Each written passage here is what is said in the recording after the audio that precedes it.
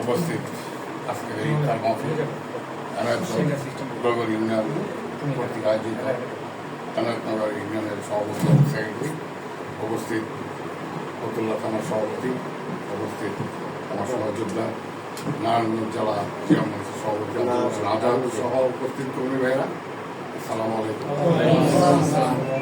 আজকে আমি অত্যন্ত ধন্য এই জন্য যে আমি নারায়ণগঞ্জের ছেলে, আমার এই নারায়ণগঞ্জের ছেলেরা যে আজকে এই জিয়া মঞ্চটা এই ইউনিয়ন পর্যায়ে নিয়ে আসছে এবং আজকে সুন্দর এই অনুষ্ঠান ইফতার মাহফিল অনুষ্ঠান করেছে।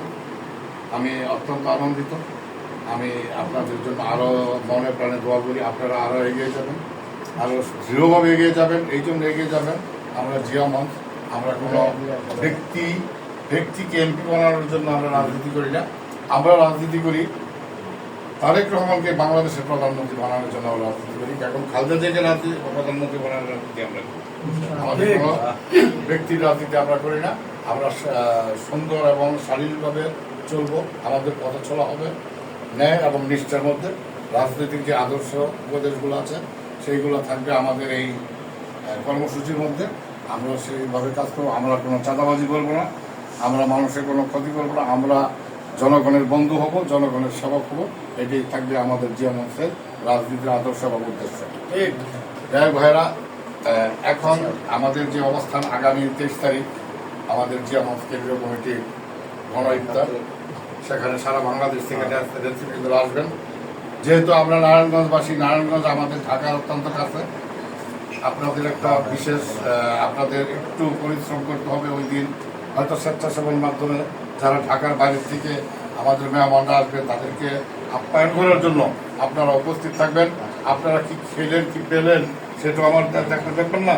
যারা বাইরে থেকে মেহমান আসবে, আমি আপনাদের সন্তান হিসাবে আমার যাতে সুনাম থাকে সেই সুনামের জন্য আপনারা সব দিয়ে যাবেন।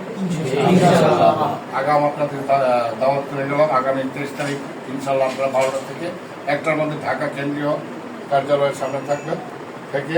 আর আমি মামুনকে বলছি কিছু লিস্ট দেওয়ার জন্য, যাদেরকে স্বেচ্ছাসেবক হিসাবে নিয়োগ দেবো। আমি নারায়ণগঞ্জ জেলার প্রতিটা থানা থেকে বা প্রতিটা ইউনিয়ন থেকে লোকজন দিতেছি, যাতে আমার কোনো ইউনিয়ন এবং যেমন আজকে ফতুল্লা থানা যাবে, ফতুল্লা থানার যদি 10 জন স্বেচ্ছাসেবক থাকে তাহলে ওই 10 জন তার থানাটাকে কভার দিতে পারবে। প্লাস 5 জন থানা কভার দিল, 5 জন বাইরের লোক কভার দিল।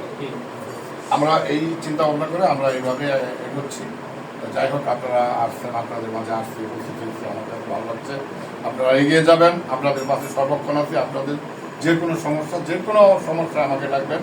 আপনাদের আমাকে ডাকার আগে কিন্তু আপনাদের ডাকতে হবে আপনার জেলার প্রেসিডেন্ট, থানার প্রেসিডেন্ট যারা আছে তাদেরকে ডাকবেন। ওরা যদি ওই কাজে ব্যর্থ হয়, ইনশাল্লাহ আমি আসবো।